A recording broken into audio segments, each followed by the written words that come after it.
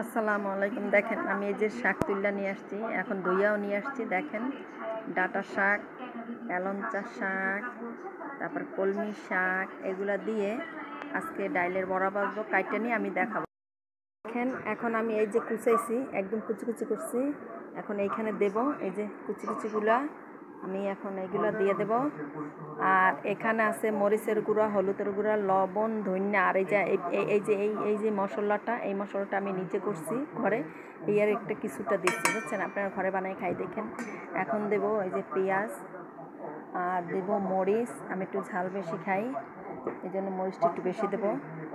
হ্যাঁ, আমি আবার পরে মাইখা আপনাদের দেখাইতেছি, কেন আমি একাইতে মাখবো তো মোবাইলটা। দেখেন মাখতেছি শাক দিয়ে।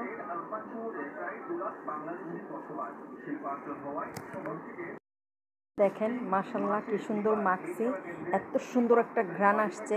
ওই যে মশলাটা দিছি, আপনারা এরকম ঘরে বানাইয়া, হ্যাঁ, পেঁয়াজের ভিতরে ওই মশলাটা বানাইয়ে দেবেন, খাইতে অনেক সুস্বাদু। আপনার বাইরের চাইতে ঘরেই ভালো খাবার, বুঝছেন? বাইরে তো অনেক জীবাণু আছে খাবারের ভিতরে, ময়লা পরিষ্কারভাবে করে না।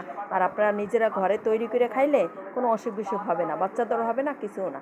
আর আমি যে মশলাটার কথা বলছি, এটা আপনারা নিজেরা ঘরে কইরা আপনারা সবসময় যে কোনো আপনারা ফ্রাই করেন, গোছের ফ্রাই, শিক কাবাব, যে কোনো জিনিস করেন, পেঁয়াজু বানান, আপনারা ওই মশলাটা এটার ভিতর দিলে একটা সুঘ্রাণ আসে এবং খাইতেও খুব মজা হয়।